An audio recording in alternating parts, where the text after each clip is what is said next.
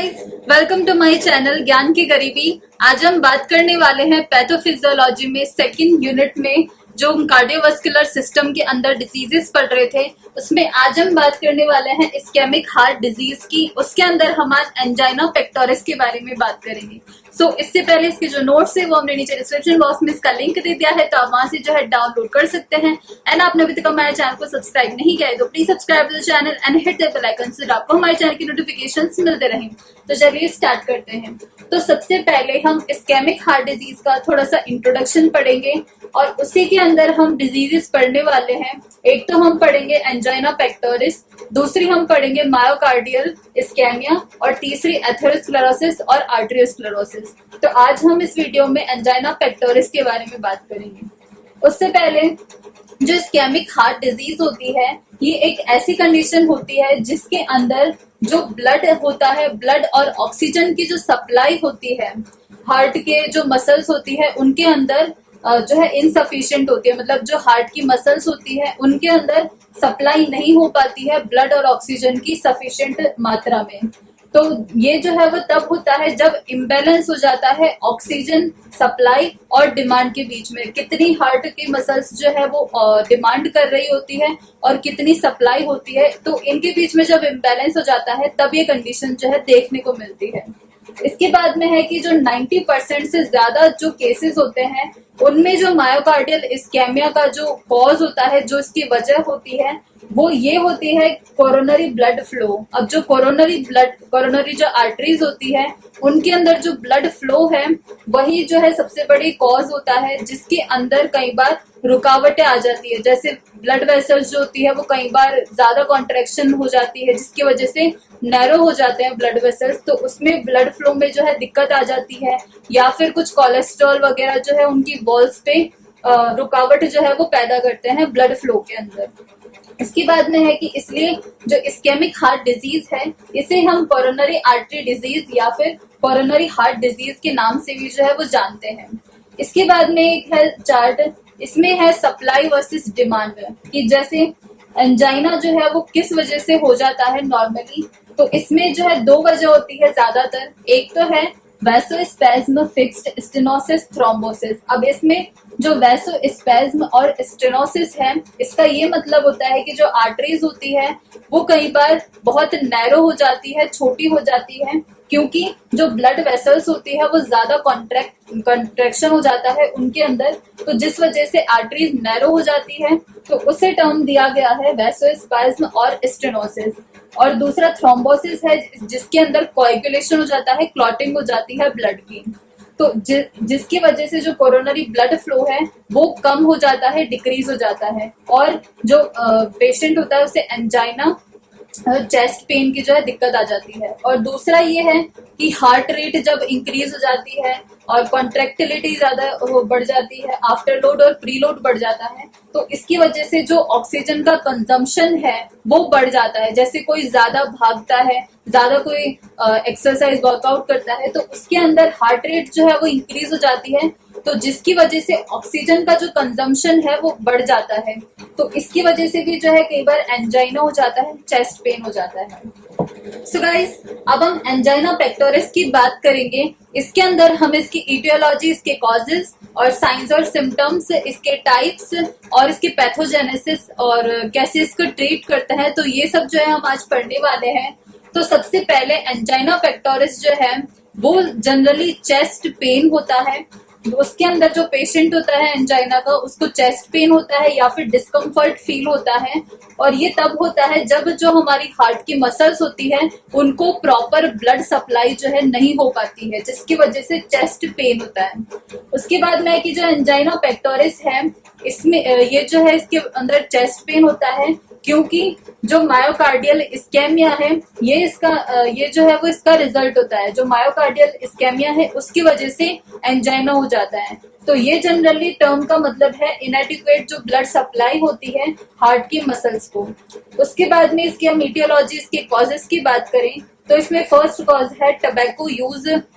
उसके बाद में सेकंड जो कॉज हो सकता है वो है कि ज्यादा ब्लड में कोलेस्ट्रॉल जो है वो डिपॉजिट हो जाता है, या फिर ट्राइग्लिसराइड लेवल्स जो है वो हाई होते हैं। उसके बाद में है कि एक्सरसाइज जो है वो कुछ लोग नहीं करते हैं, तो उसकी वजह से भी हो सकता है। ओबेसिटी, मोटापे की वजह से, और स्ट्रेस जो लोग ज्यादा लेते हैं उसकी वजह से भी हो सकता है। या फिर कोई फैमिली हिस्ट्री होती है हार्ट की डिजीज की, ये भी जो है कॉज है। इसके बाद में ओल्डर एज, ज्यादा लोग जो है उम्र के होते हैं उसमें, और डायबिटीज और हाई ब्लड प्रेशर, तो ये सारे जो इसके कॉजेज। उसके बाद में नेक्स्ट कॉज है कि एथेरोस्क्लेरोसिस जो डेवलपमेंट होती है उसकी वजह से भी जो है ये हो सकता है।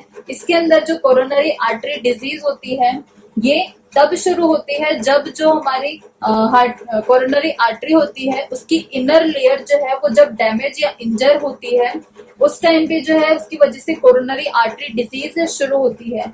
और ये जो डैमेज होता है वो कई फैक्टर्स की वजह से हो सकता है, जैसे स्मोकिंग है, हाई ब्लड प्रेशर है, हाई कोलेस्ट्रॉल है, या फिर किसी को डायबिटीज हो, और या फिर सीडेंट्री लाइफस्टाइल, मतलब कुछ जो है चलना फिरना नहीं होता, ऐसी लाइफस्टाइल होती है। तो ये सारे जो है इसके कॉजेज होता है। सो गाइस, अब हम इसकी पैथोजेनेसिस की बात करें तो इसके अंदर आता है कि इसमें किस प्रोसेस से जो है ये डिजीज कॉज होती है।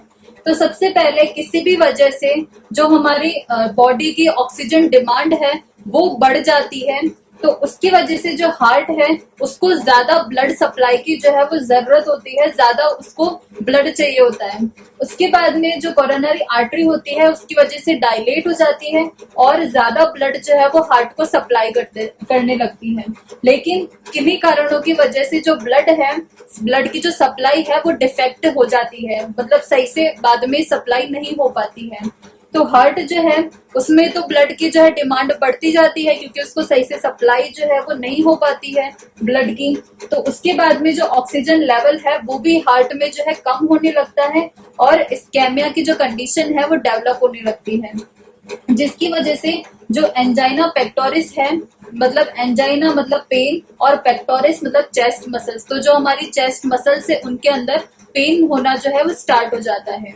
तो उसके बाद में अगर हम इसके साइंस और सिम्टम्स की बात करें तो इसमें जनरली जो साइंस और सिम्टम्स हमें देखने को मिलते हैं वो है जैसे चेस्ट में पेन जो है वो तो होता ही है। उसके बाद में जॉ और नेक जो है उसमें भी पेन होता है और कई बार डिजीनेस हो जाती है, फैटीग हो जाती है, इनएबिलिटी मतलब एक्सरसाइज करने में प्रॉब्लम होती है और लाइट हेडेडनेस फील होता है और स्वेटिंग ज्यादा होती है, हार्ट बर्न होता है, डाइजेस्ट नहीं होता फूड, नोजिया होता है और कई बार शॉर्टनेस ऑफ ब्रेथ, सांस भी जो है फूलने लग जाती है और एंजाइटी वगैरह। तो ये सारे जो है इसके अंदर हमें सिम्टम्स देखने को मिलते हैं। सो गाइस, अब हम टाइप्स की बात करेंगे एंजाइना की। तो एंजाइना जो है वो जनरली 3 टाइप्स का होता है। फर्स्ट है स्टेबल एंजाइना, सेकंड है अनस्टेबल एंजाइना, थर्ड है वेरिएंट एंजाइना। तो जो स्टेबल एंजाइना होता है ये बहुत कॉमन टाइप का एंजाइना होता है और ये तब होता है जब हमारा जो हार्ट है वो यूजुअल से ज्यादा जो है वो वर्क करता है हार्डर। उसके बाद में सेकंड टाइप का अनस्टेबल एंजाइना है, ये ज्यादा डेंजरस टाइप का एंजाइना होता है और ये कोई भी पैटर्न फॉलो नहीं करता है और ये तब बिना किसी फिजिकल एक्सर्शन के जो है ये हो जाता है। और थर्ड टाइप है वेरिएंट एंजाइना, ये रेयर टाइप का एंजाइना होता है और ये तब होता है जब हम रेस्टिंग स्टेज में होते हैं। उसके बाद में अगर हम इसके डायग्नोसिस की बात करें कि हमें कैसे पता लगे, कि टेस्ट्स की बात करें एंजाइना पेक्टोरिस के, तो इसमें इतने सारे जो है टेस्ट होते हैं। तो इसमें कुछ है फिजिकल एग्जामिनेशन होता है और हिस्ट्री देखी जाती है पेशेंट की, इसके स्ट्रेस का टेस्ट किया जाता है। उसके बाद में चेस्ट का एक्सरे जो है इमेजिंग टेस्ट किए जाते हैं, इलेक्ट्रोकार्डियोग्राम किया जाता है, लैब की स्टडीज की जाती है, हेमोग्लोबिन चेक किया जाता है, सीरम केमिस्ट्री देखी जाती है और लिपिड प्रोफाइल देखी जाती है कि कोलेस्ट्रॉल जो है वो कितना होता है। उसके बाद में इकोकार्डियोग्राम है, कार्डियक कैथेटराइजेशन है, एंजियोग्राफी है, रेडियोआइसोटोप इमेजिंग है और एक्सरसाइज टेस्टिंग। तो ये सारे जो है टेस्ट किए जाते हैं। उसके बाद में अगर हम इसकी ट्रीटमेंट की बात करें तो इसके ट्रीटमेंट में 2 तरह के होते हैं, इसमें फार्माकोलॉजिकल ट्रीटमेंट और नॉन फार्माकोलॉजिकल ट्रीटमेंट। तो जो फार्माकोलॉजिकल ट्रीटमेंट है इसके अंदर ट्रीट किया जाता है पेशेंट को ओपियोइड एनाल्जेसिक्स देके, एंटीप्लेटलेट एजेंट्स हैं और बीटा एड्रेनर्जिक ब्लॉकिंग एजेंट्स दिए जाते हैं, वैसोडाइलेटर्स, कैल्शियम चैनल ब्लॉकर्स और कार्डियक कैथेटराइजेशन। तो फार्माकोलॉजिकल ट्रीटमेंट जो है इन सब के द्वारा होता है।